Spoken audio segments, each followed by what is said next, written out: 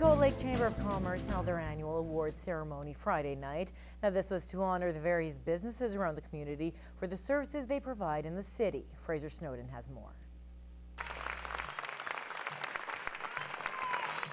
A few awards were handed out during the evening to local companies. Trevor Benoit says there is something unique about businesses in a smaller city.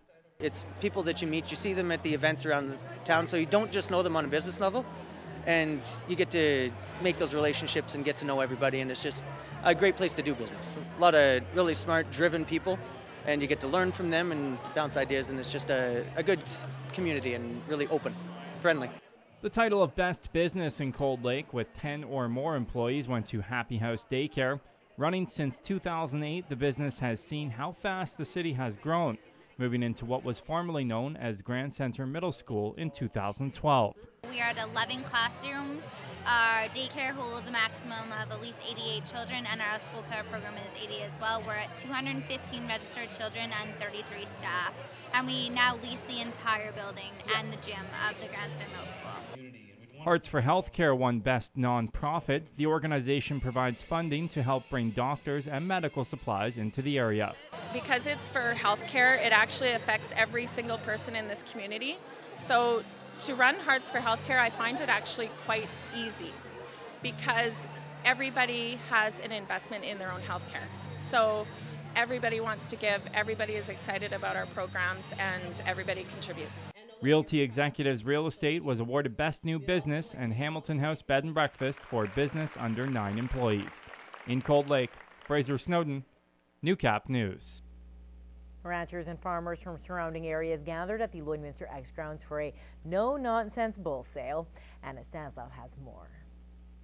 You want something that's not going to give you any trouble, and something that's lively and get up and suck right away in case it's a cold morning. For this farmer who lives in Pierceland, Saskatchewan, just 2 hours away, he was on the hunt for just that, a healthy bull that won't give him any trouble. You always need bulls. You got to keep rotating them, eh? Like now those bulls that I bought I got some that are 8 years old. They're going to go down the truck and I'll come down and get 2 more. Moving On Farms held the event selling 42 bulls. Owner Murray King, who's been in the Angus business for 22 years, says the sale benefits the community. We're pretty fortunate because we do have a lot of neighbors that come and buy from us, which is really good, especially on the delivery part of it. If you can sell your bulls within an hour's drive of home versus 2 hours, it's just less time on the road and less expense. Murray adds it's an exciting time to be in the industry as prices are up for bulls. Good news for local ranchers. Right now the bulls are $1 a pound roughly.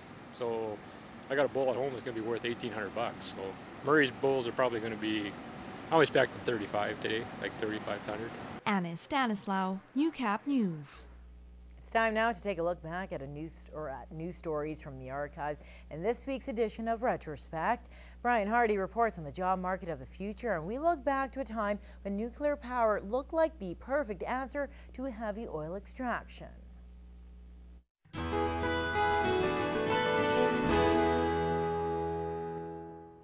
My first reaction is good because we're going to have a chance to look at perhaps nuclear energy as an alternate for the Lloydminster area. This week in 1992, nuclear power in the oil patch seemed like a logical idea.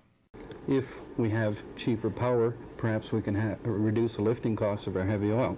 The Alberta Oil Sands Technology and Research Authority is studying the feasibility of using nuclear power in heavy oil extraction.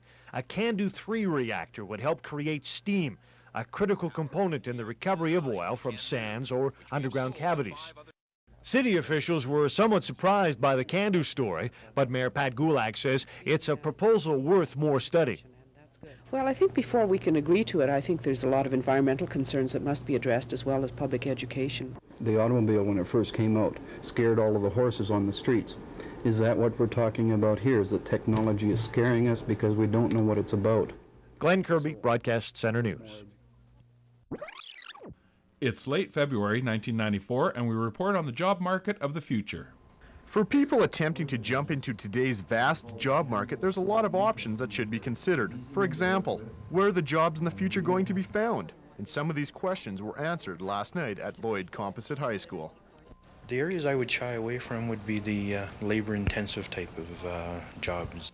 Halliday went on to say that the resource sector would decrease by 4% over the period of 1991 to 2005, with some of the areas projected to grow during this period being manufacturing by almost 12%, sales and service by 30%, natural and applied sciences by nearly 41%, and arts, culture, sports, and recreation by almost 45%. Jim Unger, NewsHour. Join us next time for some fun at the Science Fair on Retrospect, this week from the archives.